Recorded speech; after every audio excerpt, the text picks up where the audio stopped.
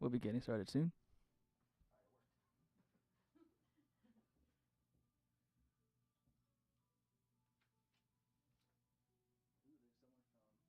A neat song taste and a Nicole Evan alert. Nicole's my best friend. Oh, nice. You can see there's 12.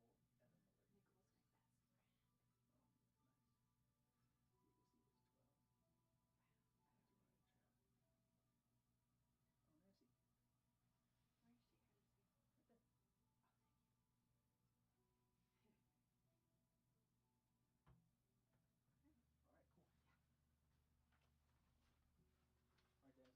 Oh, Nancy.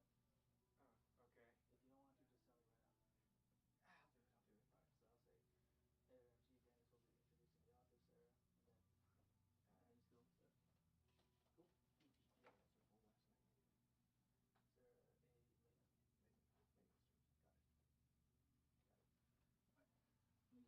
right, so I'll say editor in chief Dennis will be introducing the author, Sarah, and then you still, Sarah? Cool. Yeah, what's her full last name? Sarah A. Leman. Maybe Street. Got it. Got it. All right. Let me go tell that. You want me to? Hello, everybody on YouTube. So, for us here, the microphone isn't plugged into a speaker. It's only for the YouTube audio. So don't, if you there's no microphone, just like I can't hear you, just talk a little louder. But it's kind of for show for them, but for audio for them, it's kind of neat. But all right, I don't know why you move it. So my name is Matthew. I am the CEO publisher of Nervous Ghost Press, and we're here at Owl Company Bookshop in Oakland, which is our final stop, which is a weird thing to say. I don't know if I'm relieved or sad or both or a middle word, but it's been a fun trip down south and up here. And for everybody watching on YouTube, hi. So for the speakers, we're going to have a guest speaker coming in a little bit later today. The camera's there, you can look at it, but also there are people here, so got to give them the eye contact also. We have done, what is number 6? Number 5. 5 events, and Nervous Ghost Press, we stand for the community. We advocate for art for everybody, that everybody deserves to experience the power of it and the healing power of art in all of its forms. And right now it's in the shape of a book, which I have a very weird relationship with. I couldn't read for a long time, then I kind of started writing, and I knew I liked to write because I'm able to say things that nobody can tell me I can't, and they live in my notebooks, and I'm untethered, I'm unhinged, I could be whoever I want to be, and it gives me that kind of sense of these words are mine. And so I know that words have power, art has power, and I'm going to introduce someone new today that you haven't seen in a while, and that is our editor-in-chief, Dennis, and Dennis is going to introduce our author. So, Dennis, come on up.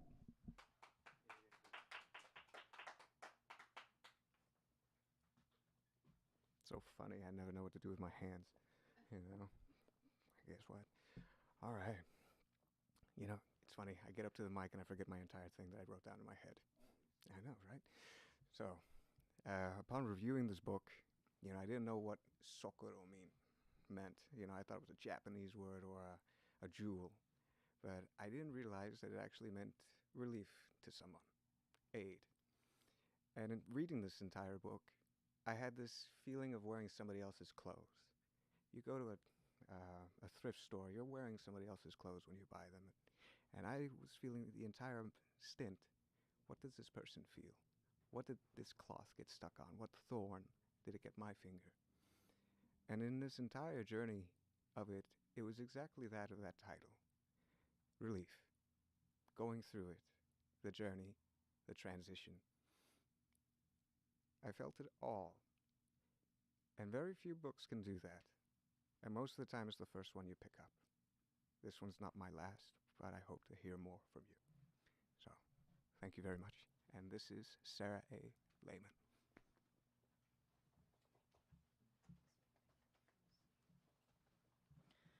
Well, that was lovely. Thank you so much. Hi, everybody. I know I have some special friends over there in YouTube land right now and right here as well. So thank you so much.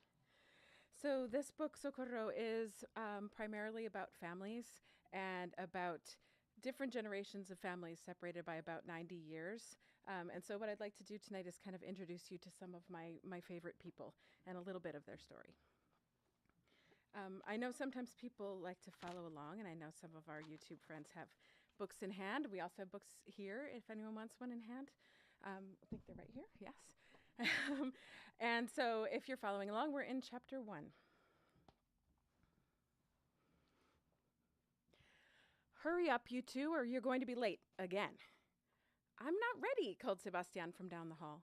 Just grab your shoes from yesterday and get out here, yelled Sylvia, trying not to let the stress of the morning routine make her voice shrill. God, Sylvie, you sound just like Mommy, complained Lucy. At Lucy's comment, Sebastian's thundering footsteps suddenly ceased. From where she stood holding the front door open, Sylvia saw his face fall. Come here, Seba. She didn't mean it. We all miss Mommy. Moving to hug her brother, Sylvia glared over his slumped shoulder at Lucy. Yeah, Sebastian, sorry, I wasn't thinking. Lucy rumpled his hair. Come on, let's go. Sebastian unwrapped his arms from his oldest sister and wiped his eyes. As Sylvia straightened up, she saw her sister's eyes go to her chest. Quickly, she pulled her flannel shirt around her body, but it was too late. What are you wearing? Lucy demanded. Sebastian stood looking from one sister to the other. Nothing, said Sylvia, just my pajamas. Lucy took 3 steps and pulled open the lapel of Sylvia's plaid shirt to reveal a navy blue t-shirt with silver lettering on the front. That's Mommy's. We agreed we wouldn't touch her stuff. It's been over 4 months, Luce. It's none of your business what I wear when I'm home studying. You don't know what it's like taking care of you two all the time. Sylvia felt her face grow hot. She swallowed and glanced at Sebastian's face. Sorry, Seba. Sebastian gave her another hug. Can I wear Mommy's things too? No, yelled Lucy. Nobody's touching her stuff. Sylvia glared at Lucy, then bent down to her brother's eye level. We'll talk about it later. Now you've got to get going. She kissed him on the temple and turned him toward the door. Straightening, Sylvia handed Sebastian his brown bag from the table by the door. Lucy snatched hers up before Sylvia could touch it and slammed out the screen door. Sylvia closed the steel door and doubled over, pressing her hands against her face and growling out her frustration into her palms. The fighting was getting to be too much and too constant. This wasn't supposed to be her life. They weren't supposed to be her responsibility, not for this long. While she was crouched over, the memory of the day Mommy was taken returned to Sylvia in a flash. She had arrived on the bus from high school, always the first in the family to get home. Like every other day, she'd planned to do her homework and start dinner with her normal self-discipline, but also with her customary nagging sense of dread. What if today had been the day? As usual, she had dropped her backpack on the recliner on her way in and headed to the kitchen to see if there were any special instructions from her mother. Checking the kitchen table, she saw an envelope instead of the usual post-it note. Instantly, she lost her breath. Her stomach seized as she grabbed the envelope. Holding back tears of panic and grief, she ran down the hall to her bed, clutching the envelope to her chest. She coiled defensively into a ball, like a worm unearthed onto scorching hot pavement. As she opened the envelope, 3 pictures slid out. Each was of Mommy with one of her babies. Sylvia pressed the picture of herself to her lips, frantically blinking her tears away, and read the letter with her name on it. By the time she finished and crawled out from under the quilt, her jaw was set in determination, just like her mother's so often was. She knew from Mommy's words that she had to somehow gather her strength and prepare to be in charge for a little while. Her mother had done her best to steel her for this day, and Sylvia was absolutely determined to live up to her expectations. No, she would exceed them, like the overachiever that she was. And surely Mommy would straighten this out and apply to come back across the border legally to be with her children as soon as she could. She figured she had to hold it together for 5 or 6 weeks tops. Sylvia straightened up and, with a twinge of guilt, opened the front door again, craning to see her brother and sister as they waited by the main road. They were basically good kids. It wasn't their fault that 17 weeks had passed and she was losing it. She saw Lucy, a middle schooler, dressed in skinny black jeans and a black hoodie, her stuffed backpack slumping down well below her waist. With her dyed black bangs peeking out from her hood, she looked the part that she was trying to play, the rebellious teenager. But Sylvia knew better. Lucy had always been a good girl who knew that certain things, such as homework and housework, were non-negotiable. Pressing her lips together, Sylvia moved her gaze to Sebastian in his favorite green windbreaker, holding his reluctant sister's hand at the bus stop. At 6 years old, he was a sweet boy to be around. A blonde in a family of brunettes, Sebastian attracted compliments from young women and whispered adoration from bigger girls. He loved rocks, maps, anything involving trucks, and he was learning to ride a bike. But last week, Sylvia had gotten her first call from school about him. Mrs. Castillo? No, I'm sorry. She's not available right now. May I help you? Her heart was pounding. Yes, please tell her that the school called about Sebastian. Sylvia stifled the panic she felt rising in her chest. Yes, I'm Sebastian's big sister, and my mother has left me in charge while she's out. I can talk with you about Sebastian. Oh, is this Lucy? This is Mrs. Adams, Sebastian's teacher. Hi, Mrs. Adams. This is Sylvia. I'm sure you don't remember me. I'm in college now, she said. Sylvia Castillo. Yeah, I remember your name for sure. Yeah, it was a long time ago. Could you tell me about Seba, please? Sylvia asked and then added, so I can tell my mother. The teacher hesitated. All right. He hit a girl in class today. Sylvia's mouth fell open. He did? What happened? She asked him to play and he didn't want to, so he hit her on the arm and pushed her.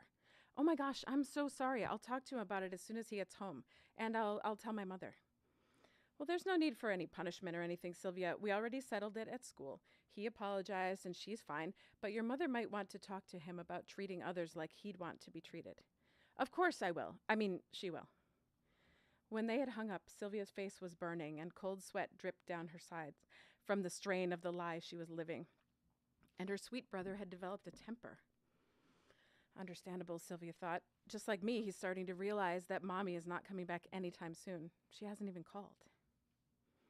Sylvia watched the kids until her view was obscured by the school bus. She checked that the bus stop was empty after the vehicle pulled away, carrying Sebastian to Travis Elementary and Lucy to Goodnight Middle. It was fortunate that they rode the same bus so they could look out for each other. Squaring her shoulders to get her emotions back on track, Sylvia closed the door and walked across the living room to her computer desk. If there was one word that defined her, at least until recently, it was disciplined. Her self-discipline had gotten her through high school nearly at the top of her class and had been getting her through life without her mother for the last 4 months. If she kept working hard, she wouldn't have time to think, to worry, to miss. If she kept getting up each morning and facing her siblings' needs and conflicts, if she kept powering through her own fear and resentment, just maybe she could stick to Mommy's survival plan a little longer.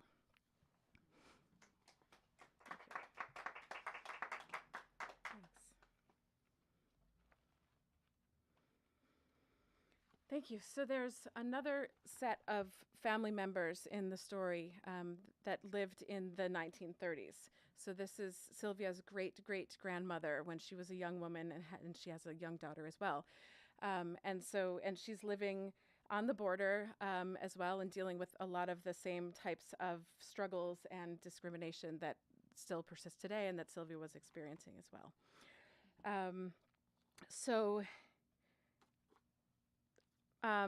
This character's name is Margarita, and she starts off all of her chapters writing a little bit of a diary. And so we read a little bit of that, and then we kind of step away from the diary and jump into watching her live her life. So this is chapter 7, if you're following along.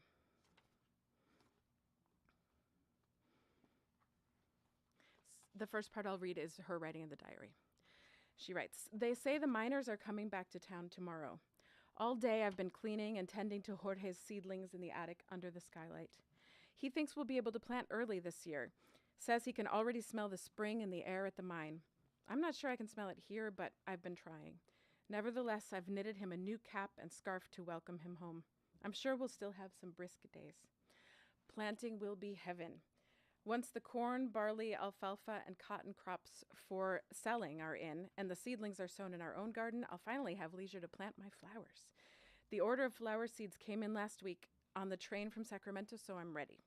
I've even been making window boxes to dress up our house, our little house full of so many hopes. And my biggest is that maybe Jorge won't have to return to the mines next year." Margarita set her pen down on the rough-hewn dining table that Jorge had made of ponderosa pine for her wedding gift. It occupied one corner of their house, in the cozy spot between the iron stove and the central fireplace. She stood and walked over to stir the pot of beans that would be their dinner, and to put another log on the fire beneath it to keep the heat high. Stretching, she pressed her fists on the small of her back and arched up toward the ceiling. She saw that Jorge's repairs were holding nicely. Not even the melting snow could drip through the thick tar he had spread on the angled roof of their little house before leaving in September. She smiled to herself. He had been so proud of the repair, the last little job he had time to do before he left for the mine. "Ves, mi amor, it's so tight now that not a sliver of light shines through," he had said, after coming down from the roof and pulling the curtains closed against the late summer evening's light. They stood together, staring up at the ceiling, which had dripped rain into a tin bucket on the floor during the sudden downpour the week before. Now it was dry and sealed. "Gracias, Jorge," she had said, leaning back against his shoulder. He slipped his arms around her small waist. "You'll be safe and dry all winter," he said, kissing the top of her head. Margarita closed her eyes and tried to cling to the ghost of that embrace. She couldn't believe that was nearly 7 months ago. Her eyes flew open as a cold breeze hit her from across the room. Violeta ran in, leaving the door open behind her. She held a basket of eggs in one hand and was blowing on the other to warm up her bare fingers. Margarita opened her eyes. "Why didn't you wear your mittens?" "I didn't finish them yet, remember? I outgrew my old ones." Margarita looked at her daughter. Violeta was indeed growing. She was small for her 8 years, but nevertheless was a great help around the house and the little farm. Like other girls in town, she attended Mount Carmel School at the Mission during the day and did a range of chores after school. In this town without men and boys half the year, girls had no choice but to pitch in. Margarita took the eggs from her daughter. "Ooh, your hands are freezing," she said, squeezing Violeta's fingers.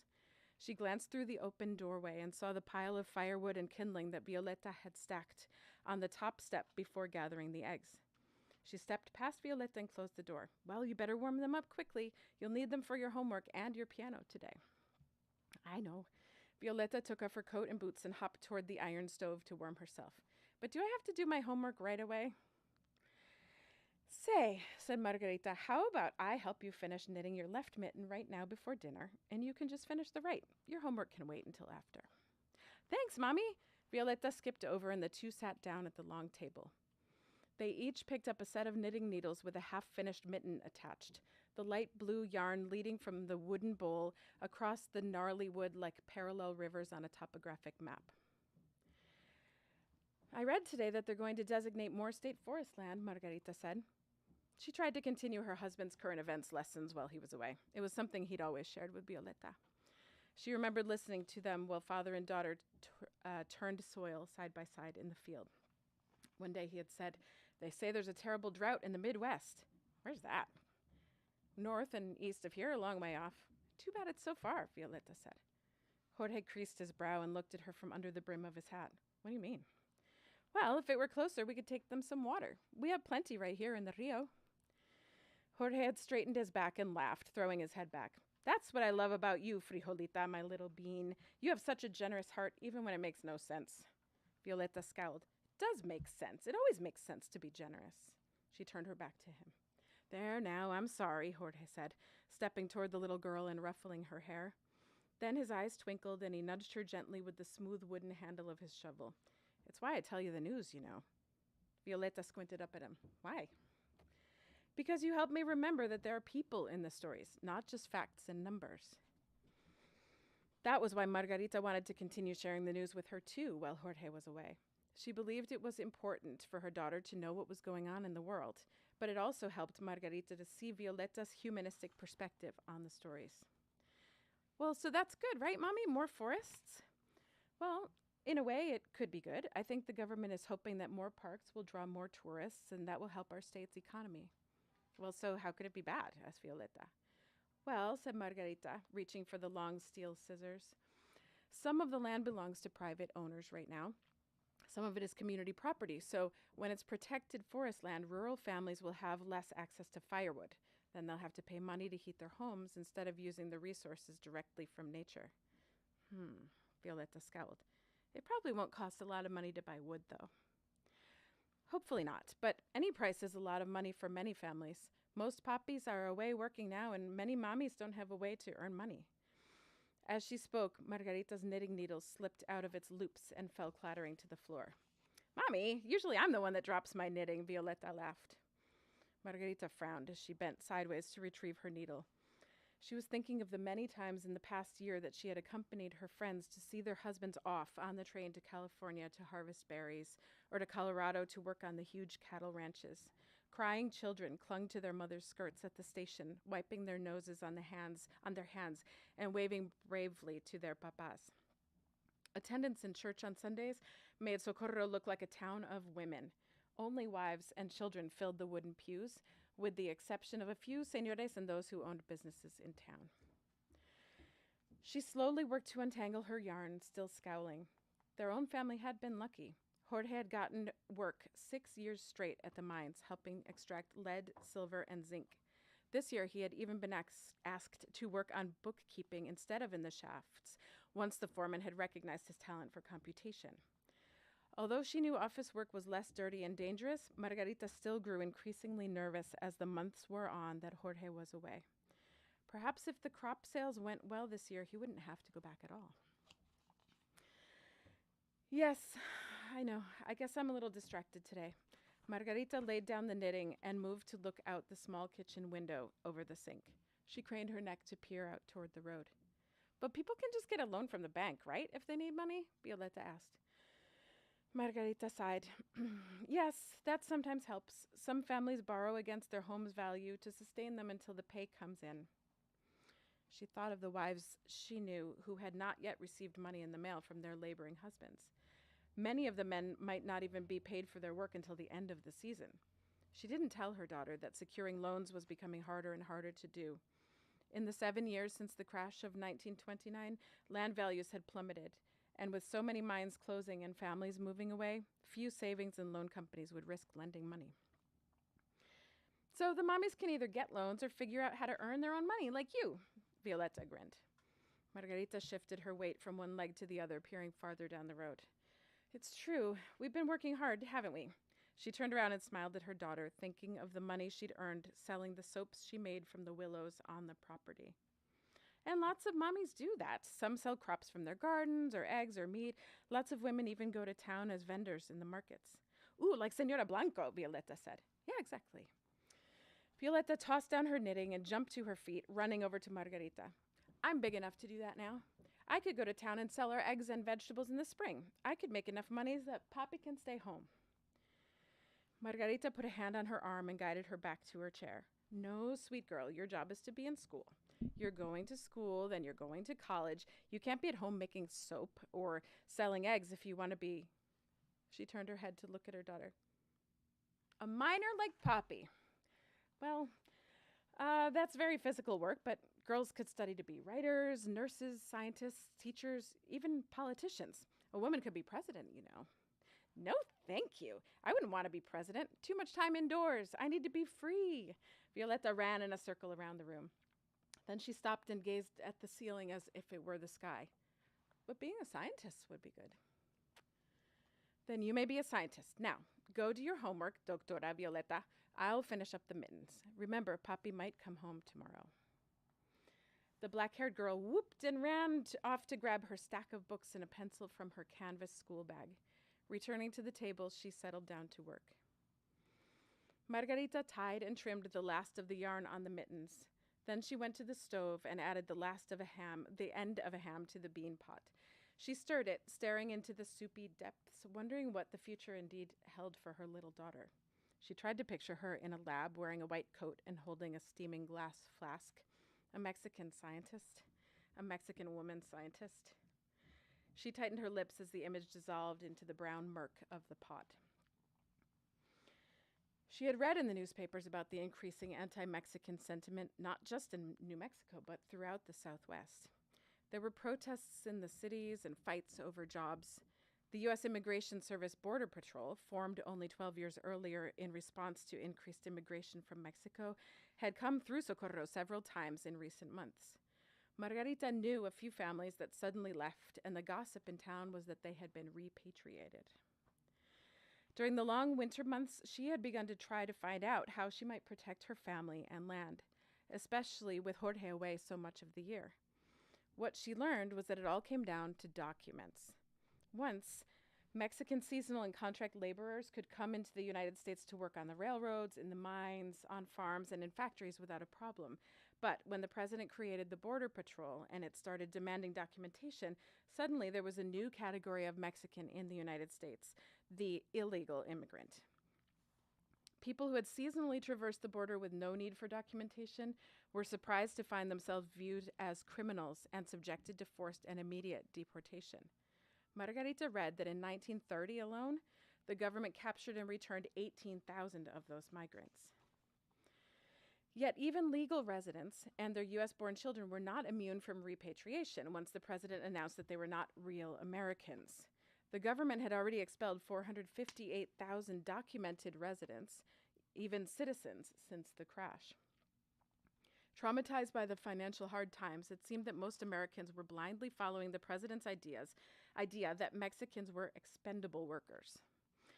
While Margarita sympathized with Americans who had lost their jobs due to the financial hard times, she also recognized right from wrong. She was amazed at how the cruel words of one man could set the tone for the entire nation. Her own family history in the United States was as long and continuous as the Rio Grande. Her ancestors received their land in SOCORRO in 1816 as part of a grant from Spain to Mexico just before its independence. When that land eventually became part of the United States of America, her family acquired instant citizenship. I shouldn't have anything to worry about then, she thought. Done, announced Violeta, pushing back suddenly from her homework at the table and banging her chair down in the process. Dios mío, Margarita yelled, whipping around from the stove to face her daughter. Immediately, her eyes filled with scared and angry tears. Violeta righted her chair silently. Lo siento, mamá. Then she closed her books and tiptoed toward her room, leaving Margarita looking down the hall after her, chest heaving.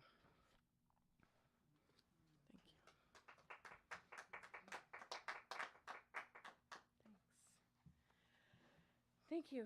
So I'll do one more if that's all right? Okay, thanks. So we'll bounce back to the contemporary story. And so a bunch of time has passed and a bunch of chapters have passed. So we're going to chapter 32. During this time, things have sort of gone from bad to worse for Sylvia and the other two kids in the house. They're basically out of money. They're having trouble paying the bills. Lucy is having more behavior problems at school, and Sebastian is sadder and grumpier. And Sylvia is just trying to hold things together.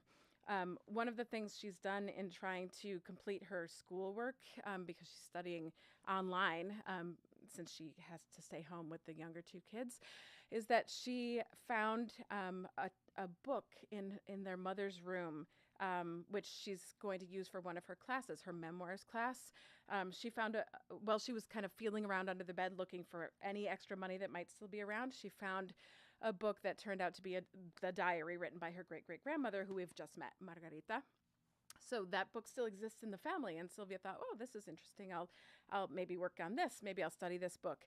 And it turns out the more and more she reads, the more she thinks there might be some interesting, she sees that there are some interesting, almost like clues in the book that make her think, wow, maybe there's some information here that might be able to help us get mommy back even. So that's her hope at this point. On one particularly difficult day, the kids, Sylvia has to go into Lucy's school because Lucy has had some disruptive behavior with another kid at school. So Sylvia's gone in, met with the teachers. It was very tense and stressful. And so to kind of get back to normal after that, Lucy and Sylvia decide to walk home with Sebastian from his school, and I'll just walk in and enjoy a nice walk home and settle down. Except that when they get home, they see that there's an ICE immigration raid in the apartment complex right next to theirs. So upon seeing that, they basically decide to get out of town. So that's where we are now. Okay, and Sylvia's plan is that, where they're going, now that she's been reading this book, is, if we're getting out of town, let's go back to our roots. Let's go back to where Bisabuela lived and see if we can find things out and find ourselves at home. Chapter 32. Around midnight, Lucy and Sebastian woke up, their sleep schedules thrown off by the rocking movement of the bus and their subsequent early bedtime. Both were hungry, so they all shared a sandwich that Sylvia had ordered at the barbecue restaurant and had kept on ice in their cooler. While her siblings were napping, Sylvia had been studying the diary, reading the many entries that dealt with discrimination. By the end, she found herself with the opposite problem from her siblings. She was utterly unable to fall asleep. Once they awoke, then, she passed her brother and sister their sandwiches and filled them in on the new mission of their trip. They knew that Sylvia was working on a diary for her class project. Sebastian had even picked up the book once or twice from Sylvia's desk and spent some time looking at the maps Margarita had drawn in the yellowed pages. But this was the first time that either was learning that it was a family book. That's so cool, Sylvie said Sebastian. It's like talking to a really, really old grandmother, but she's already dead. Sylvia made a face at her little brother's concept of the book. Yeah, it's kind of like that. And she glanced at Lucy, who looked utterly uninterested. But there's more. This book seems to have a little secret in it. I've talked to my professor about it, and even to my friend Melinda a bit. A secret? Cool. What is it? Well, I don't exactly know yet, but there are some words that Bisabuela uses all the time in the book, and I think she's using them to try to tell us something about SOCORRO, where she lived. Ooh, like a hidden message? I have activity books like that, where there's like a word you have to unscramble or a code you have to follow to find the hidden message. It might be kind of like that, Seba. Sylvia turned to Lucy, looking for some kind of reaction. Lucy raised her eyebrows. Well, what are the words? Sylvia explained the repeated and embellished everyday words from the diary. Coyote, soap, mesquite, acequia, alongside titlo and escritura. As she spoke, she showed examples of the decorated words in the book. Sebastian was intrigued. I get it now. This is a scavenger hunt. We have to find clues in the book and then clues on the ground to find Bisabuela's hidden message. I think so, said Sylvia, smiling. I've already got the clues from the book, so now it's time to hit the ground. That's why we're going to El Paso. I thought she was from SOCORRO, said Lucy. Sylvia blinked. Yeah, she was, and SOCORRO's right next to El Paso. She refrained from adding an insulting tag to her sentence, although she could certainly think of a few that fit her sister at that moment. Instead, she took a deep breath and looked out the bus window at the dry landscape passing by. Okay, so let me get this straight, said Lucy. We're going to look at old trees by a ditch in a town that's now part of another city as research for your paper. Seriously? Well, hermanita, said Sylvia, trying to hide her annoyance with her sister, that's the last part of the puzzle, the part I just figured out while you two were asleep. It turns out there's a lot in it for you. Why? What do you mean? Like a prize? Sebastian leaned forward eagerly. Yeah, kind of like a treasure. All we've got to do is find it. Sebastian's eyes grew wide, and Sylvia knew he must be imagining pirates' chests of gold, coins, or pearls. All right, I'm on it, he said. But first, I've got to go to the bathroom. Sylvia moved to let him squeeze out and watched him sidle down the narrow aisle of the bus. Then she turned to Lucy. Look, I'm not going to talk to Sebastian about this yet, but there's more to this than I've told you. Good, said Lucy grumpily, because I'm not into camping, and I'm certainly not doing your homework for you. Just listen, Lucy. Quit being so judgmental. Mira, I've known for a while that the titulo is a type of escritura, right? Like a title of nobility or a title to a house is a legal document, an official paper. Yeah, sure. Lucy yawned without covering her mouth. You already told us that.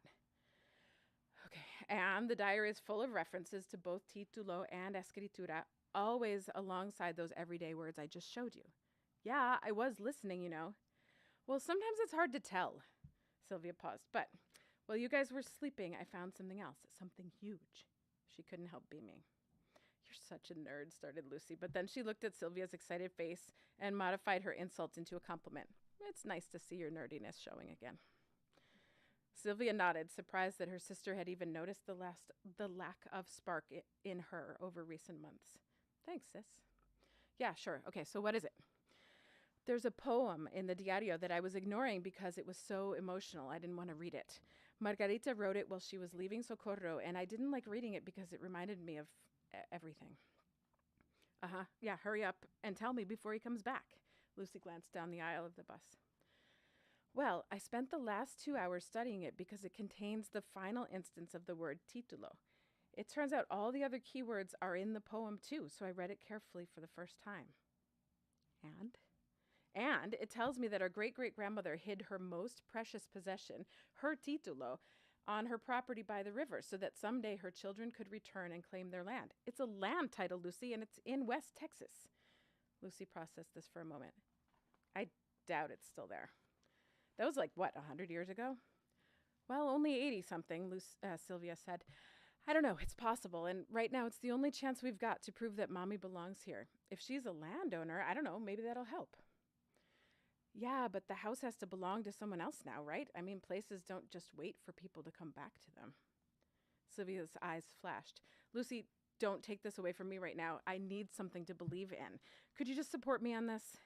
Fine. Anything else? Lucy had flopped back in her seat. Yeah, 2 more quick things. 1, Lucy counted. Okay, the poem tells how many steps to take from the house to where the titulo is hidden, and it matches the maps Bisabuela drew of her property.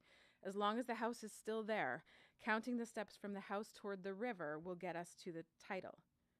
Okay, and 2? 2.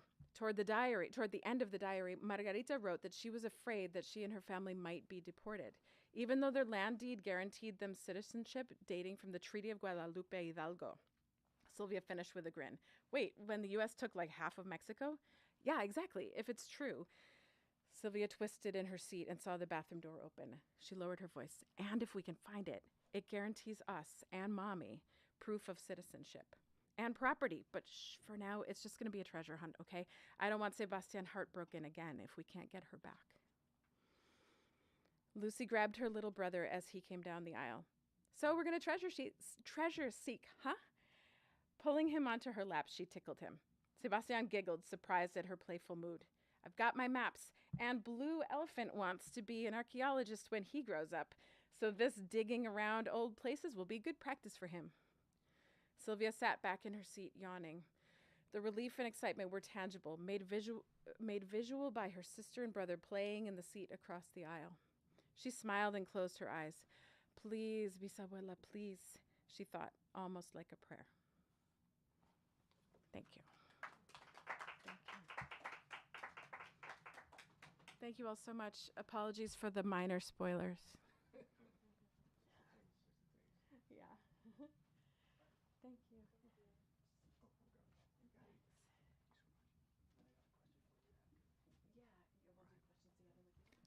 Thank you very much, Sarah, for the wonderful read-through.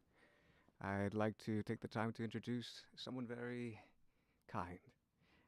He's a people's poet, and I believe that he writes with his footsteps to a rhythmic pattern on sidewalks. He's as loud as a dandelion roar and as quiet as time. I'd like to introduce to you Tongo Ison Martin.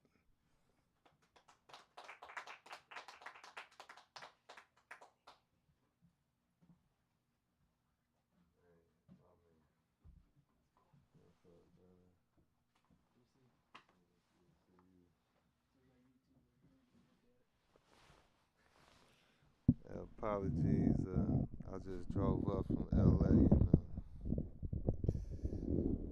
there was a traffic jam, a car accident. That was beautiful, what I call respect, for sure.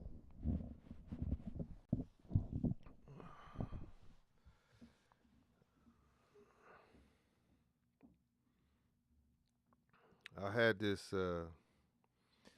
had this dream, planted dead in a weekday, that I was laid up in a hospital. And people kept coming into my room by the dozens, and each dozen had special handshakes for each other and occasionally current dance moves.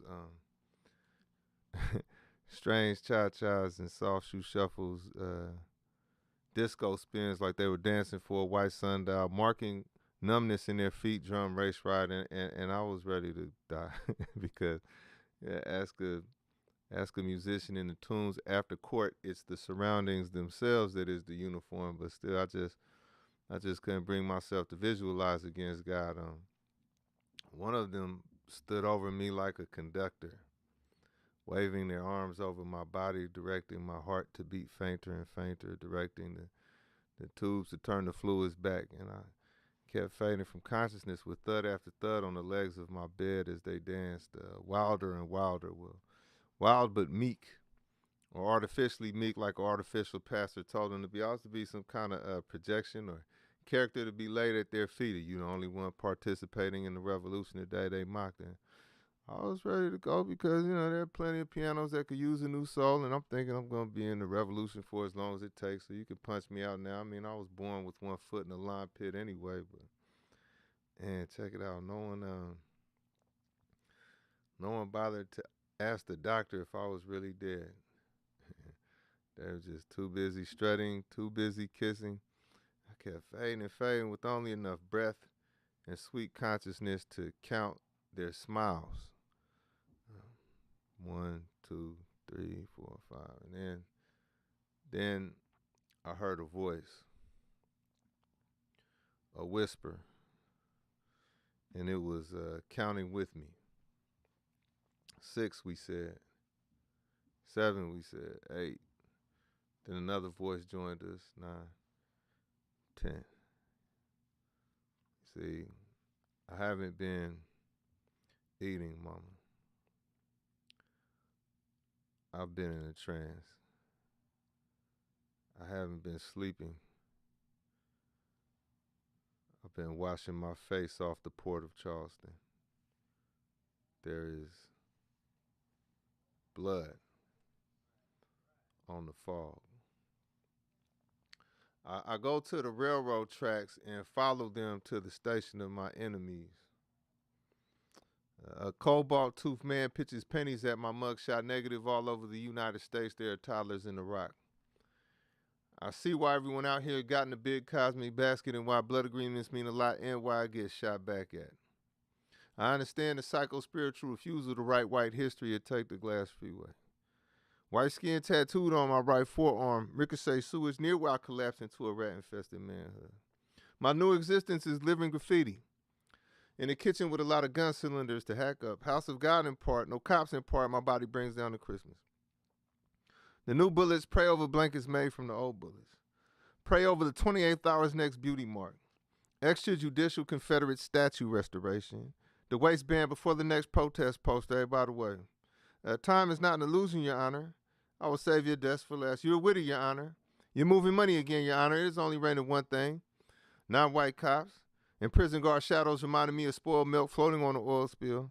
A neighborhood making a lot of fuss over its demise, a new lake for a Black Panther party. Malcolm X's ballroom jacket slung over my son's shoulder. The figment of village, a new noose to a new white preacher, all in an abstract painting of a president. Bought slavery some time, didn't it? The tangent screeches of military boats and election Tuesday cars. A cold-blooded study in leg irons. Proof that some white people have actually fondled nooses. That sundown couples made their vows of love over opaque peach plastic and boat action audiences. The Medgrave every second is definitely my favorite law of science. Fondled news clippings and primitive Methodists, my arm changes imperialisms. Simple policing versus structural frenzies. Elementary school script versus even wider white spectrums. Artists bleeding in the challenge of watching civilians think of terrible rituals they have around the corner. They let their elders beg for public mercy. I'm going to go ahead and sharpen these kids' heads and their arrows myself and see how much gravy spills out of family crest. Modern fans of war with they T-shirt poems and T-shirt guilt. And me having on the cheapest pair of shoes on the bus, I have no choice but to read the city walls for signs of my life. Apparently too much of San Francisco was not there in the first place. This dream requires more condemned Africans, or put another way, state violence rises down, or still life is just getting warmed up, or army life is looking for a new church and ignored all other suggestions, or folktale writers have now made up their minds as to who is going to be their friends. I mean, this is the worst downtown yet, and I've borrowed a cigarette everywhere. I've taken many a walk to the back of a bus that led on out the back of a storyteller's prison sentence, then on out the back of slave scars, but this is my comeback face. I left my watch on the public bathroom sink and took the toilet with me. Threw it at the first bus I saw, eating single mothers half alive. It flew through the bus line numbered and on out the front of the White House. Hopefully you find comfort downtown, but if not, we've brought you enough cigarette filters to make a decent winter coat. A special species of handshake. Let's all know who's king and what's the lifespan of uniform cloth. This coffin needs to quit acting like those are birds singing. Rusty nails have no wings, have no voice other than that of a white world dying there. Book pages in the gas pump, catchy isn't it the way? 3 nooses is the rule of the way. Potato sack masks go so well with radio codes of the way. Condemned Africans fought their way back to the ocean only to find waves made of 1920s burnt up piano parts, European backdoor deals, and red flowers for widows who spent all day in the sun mumbling in San Francisco. Red flowers, but what's the color of a doctor visit? There are book titles in the streets. Book titles like Hero, You Make a Better Zero, or Hey Fur Coat Lady, the President is Dead, or Pay Me Back in Children, or They Hung Up Their Bodies in Their Own Museums, and other book titles pulled from a drum solo. Right here, Hero. Lie at the hiding place. All the bullets in 10 precincts know where to go. There's no heaven or any other good idea in the sky. Politics means that people did it and people do it. Understand that when in San Francisco and other places that was never really there. I bet this ocean thinks it's an ocean. But it's not. It's just 6th and Mission Street. All know who's king. King of thin things. You know, like America, I'm proud to deserve to die. I'm going to eat my dinner extra slow tonight in this police state candy dispenser that you all call a neighborhood. No set of manners goes unpunished. Never mind a murderer's insomnia or the tea kettle preparing everyone for police sirens. You know, these little societies, they wander together like hopeful drops of a virus. Citizen testaments bent on offering me a nation of breadwinners to hold me back like it's a Brinks. I wrinkle the concrete sometimes like flesh. My Martin Luther King permanence turned away from a podium into the reeds like God is a dangerous twin. Hey, Black August to the mountaintop balcony on my bedroom floor. You know they steal you from the earth itself and suspend you in your broken neck from their foolish euphoria. From the loyalty out to their great superstition, loyalty out to their agrarian reform, I returned to my mother completely disrespected for peeling the heat off of purgatory. They kill poets like me. Walk me away from my poems, never to be heard from again. In this final industrial complex of bloodlines picked over, picked through, a sport and spiritual death of your devil at least half named. Police become a pretty word. Hey, I'm reading a lynch mob shoestrings like they were tea leaves, teaching you how to write about cities. It's the 25th century in the mirror, people. Tyranny against your chump turns you a chump to be mocked even with a gun in your car. A cubit of needlework spell tuned for the proletariat, the relapse ministry. Talented people curled up in a fetal position next to a diamond dime. Just another service day in the theatrics of tea house fascism and a bouquet of surveillance cameras in the poverty of God. Hey, new blue eyes, corpses of water, a newly potted presidency, or one big shiny coin if you ask an animated capitalism and other non-literal voids killing his white freedom.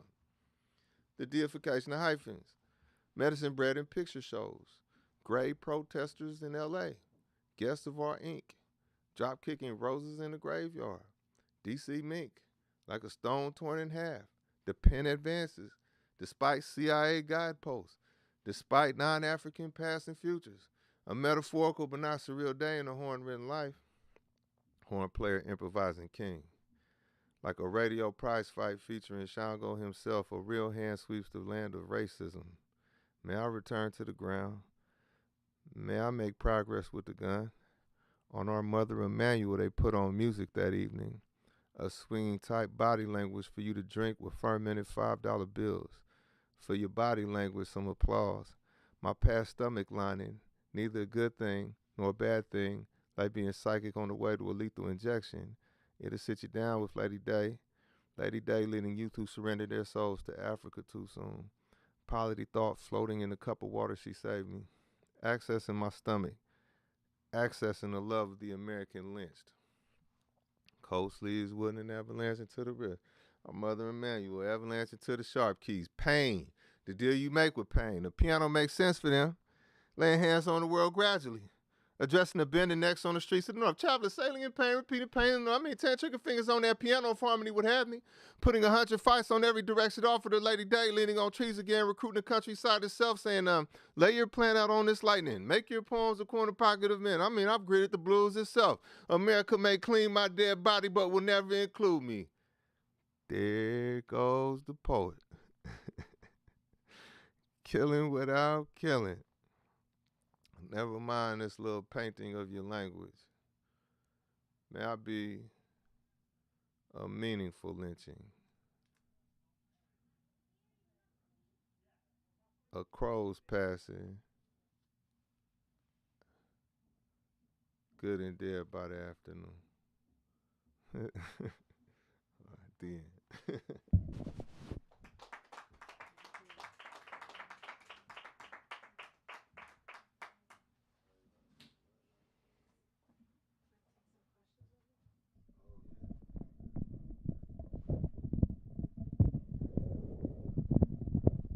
You want to just pass the microphone back and forth?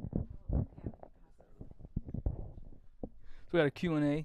If anybody has questions, there are some I got to read to you. So the first one, Sarah, is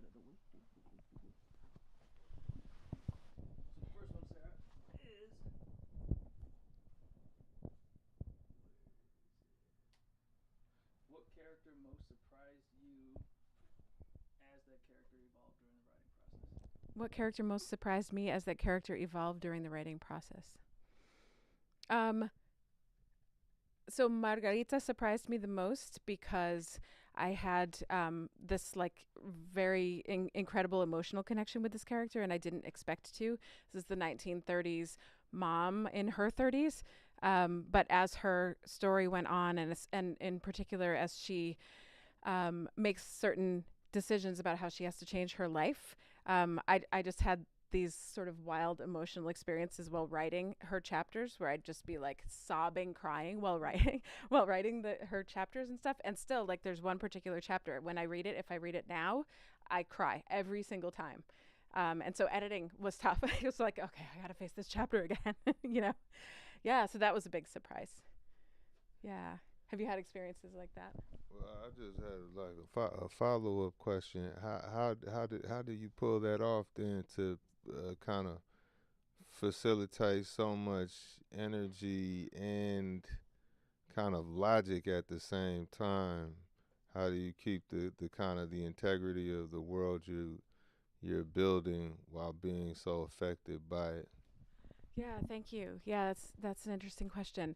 Yeah, I mean, I like how you said, the logic part, because that's kind of what you have to do. Like, if the drafting of the character or of the character scene is super emotional, you still have to be able to go back to it and say, okay, does this fit in just right? Is she making the right choice at this point? And apply your logic and the character's logic to it, right? So I think I just had to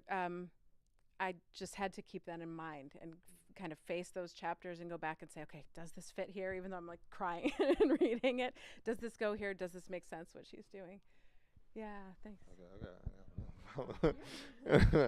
So, what you're talking about reminds me I saw Jasmine Ward talk one time, and she talked about how difficult it was for her to let her characters go, that she wanted to just continually protect them.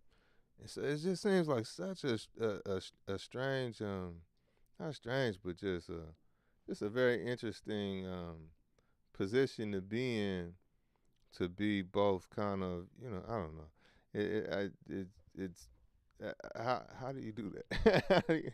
How do you like, how it's almost like, how do you stay like ahead and behind and to the side of a character, and like over time, has that evolved for you? Did it evolve during the making of the book? And Yeah, thank you so much. Yeah, so between my fourth and fifth drafts, I believe, was when I took a really intensive writing course with two authors who I admire very much, Pat Dunn and Jimin Han. And that was one of the first things they told me was, you protect your characters too much. You don't want them to suffer. You're taking too much care of them.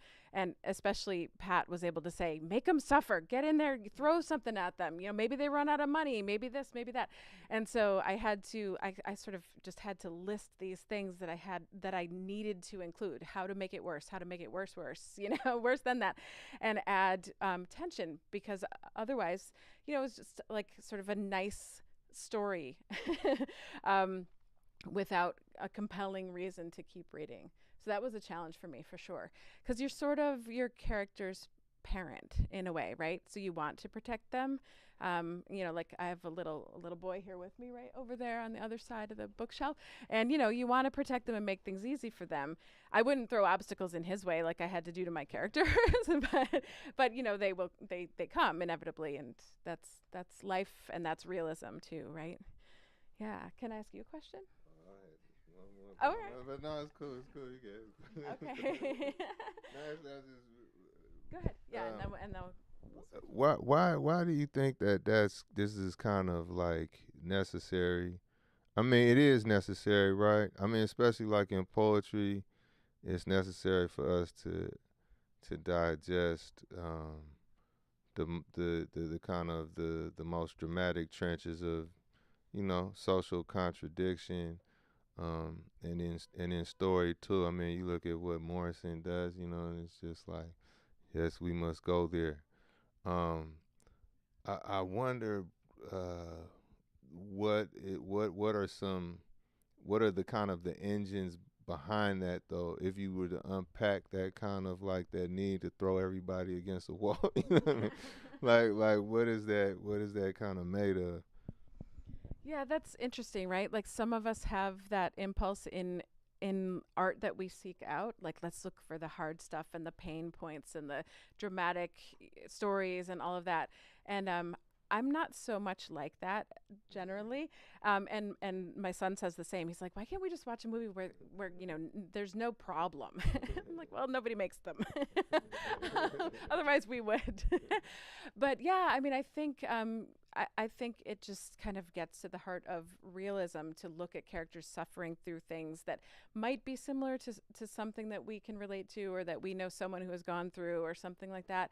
And like in the case of this book, a lot of the suffering has to do with issues of being Mexican American near the border, either in the 1930s or today, right? And so it has to hurt, Yeah, thanks.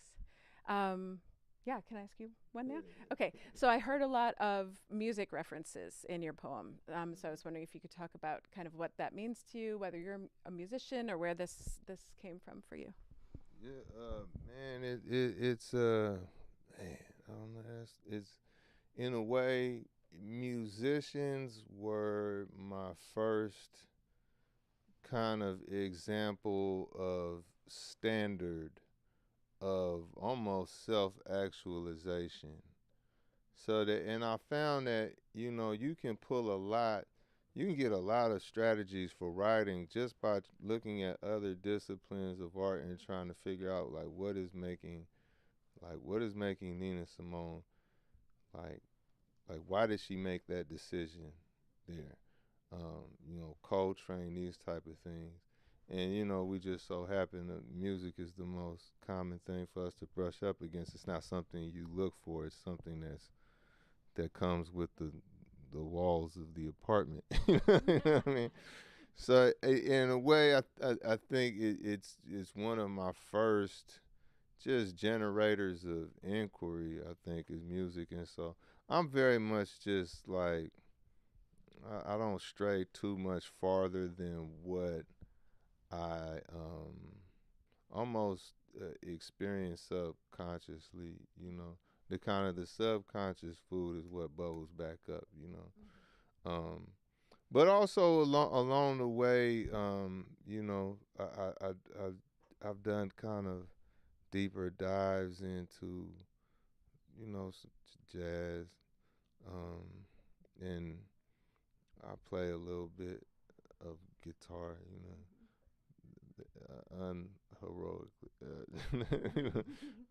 for living rooms only, where I live. You know what I mean? Nobody else's. But I think what it's kind of taught me, this kind of really more just a kind of a tourist's trip through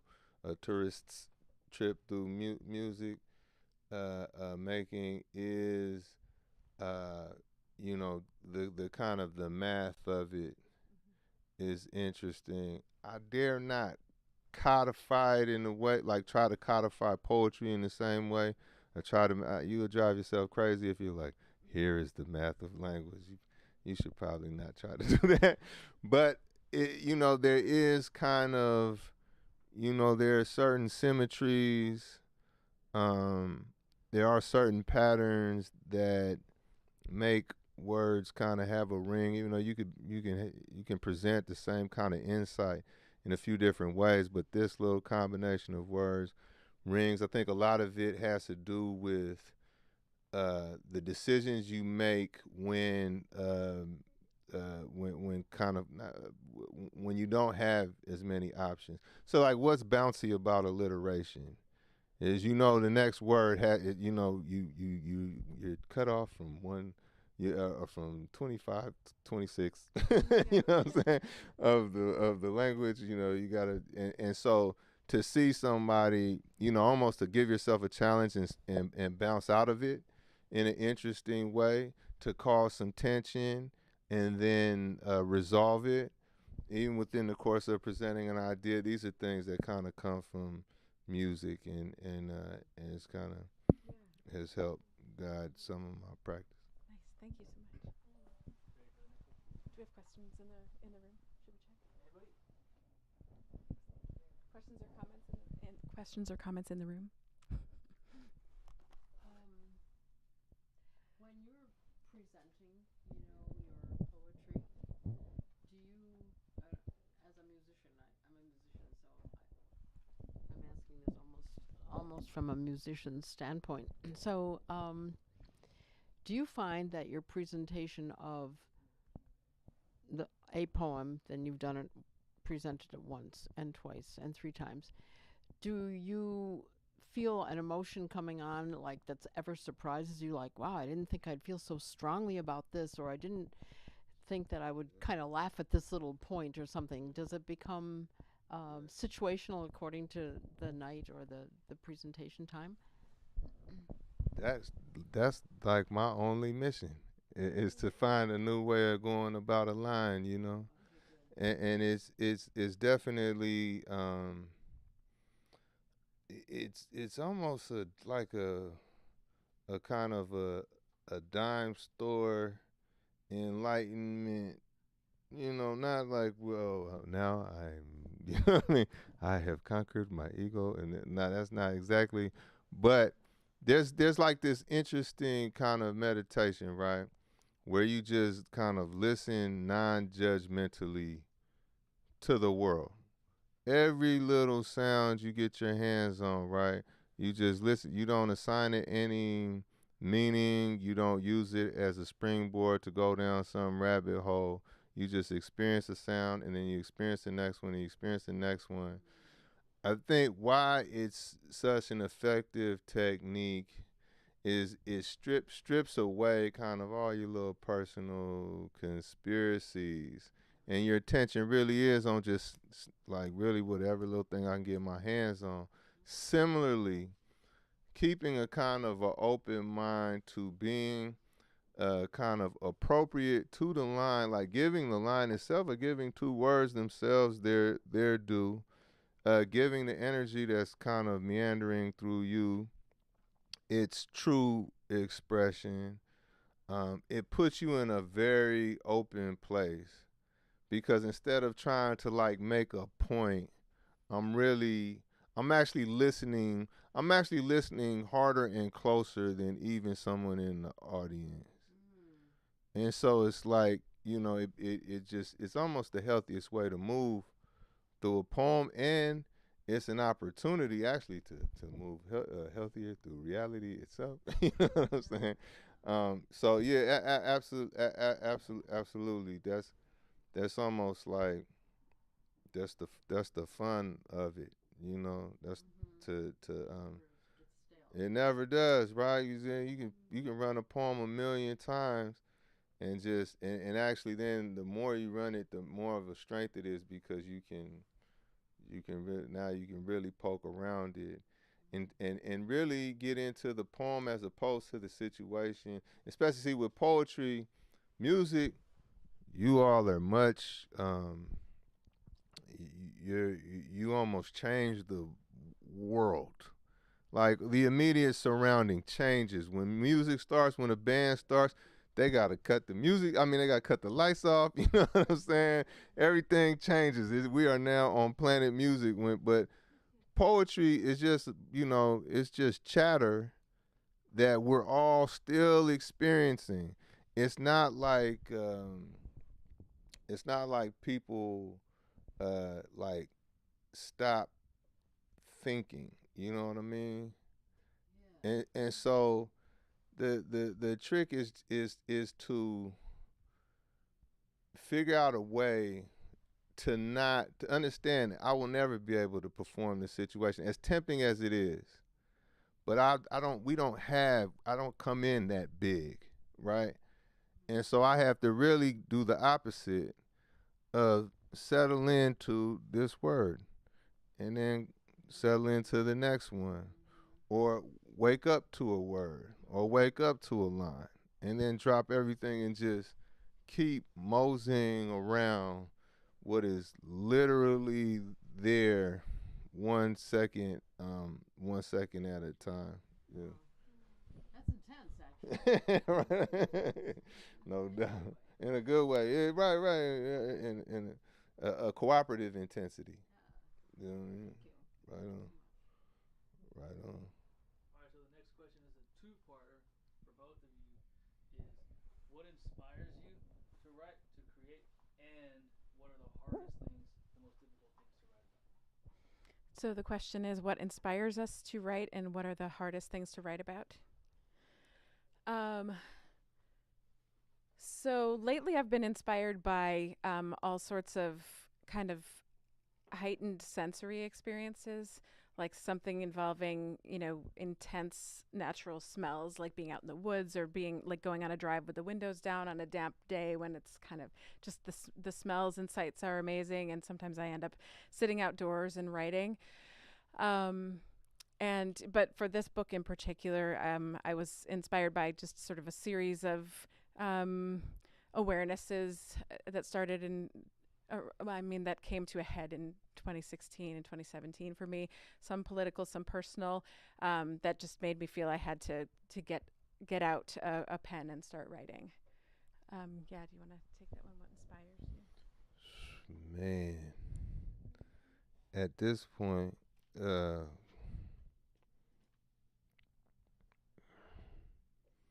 okay, so one way I like to put things, or what the potential for poetry is to see how your mind wants to communicate, or what your mind wants to communicate when not preoccupied with survival or social reproduction, which is not necessarily unheroic. We need the kind of shorthand to to stay coherent in most situations, right?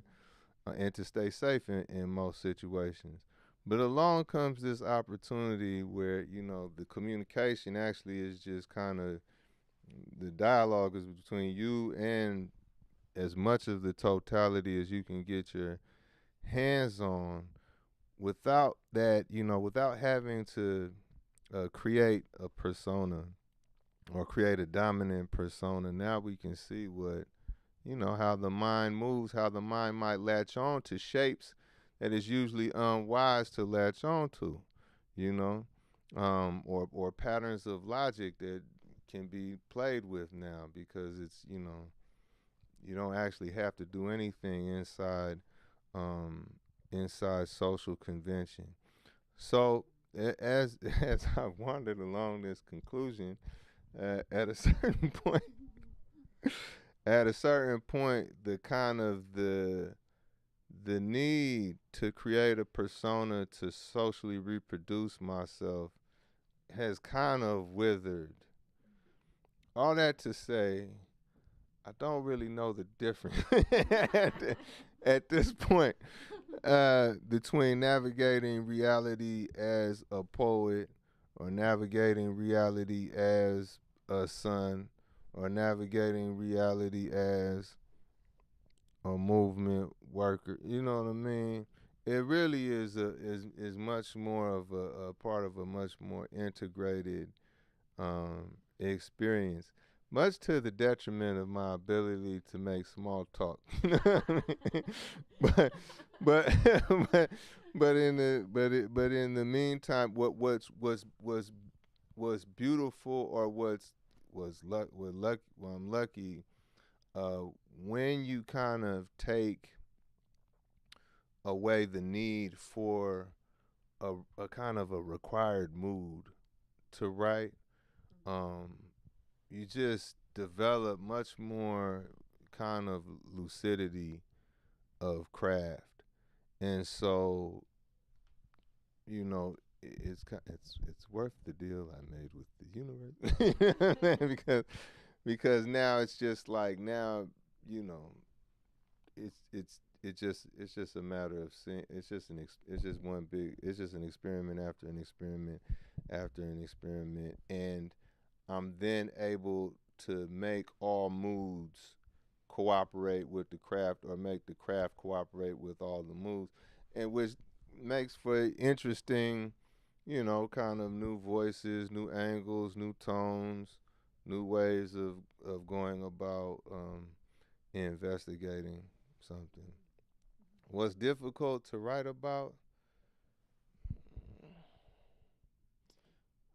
What I've written a lot about. If I have, you taking the concept, you run it into the ground, you know? And it's just like, oh, I'm gonna need a whole new. I'm gonna need a whole new reincarnation, in order, if I'm gonna stay dealing with this subject matter. That's usually where, when things start to calcify, it's like, okay. Or even writing with using kind of devices that you invent. Because we invent little, our own moves within language, our own little kind of patterns, and then you can do them to death. So then it's like, at that little bit, it's the point of staleness. That's where I get like, oh, yeah.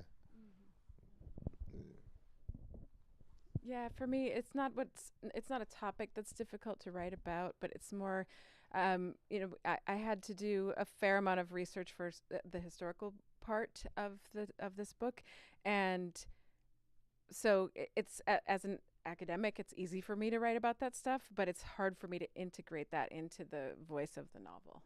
It's easy to go, oh, good, academic time, and then reading it back, it's like, okay, this doesn't fit. So that was, I guess, the hard part for me, was actually cutting and cutting and cutting. Thank you, Nancy.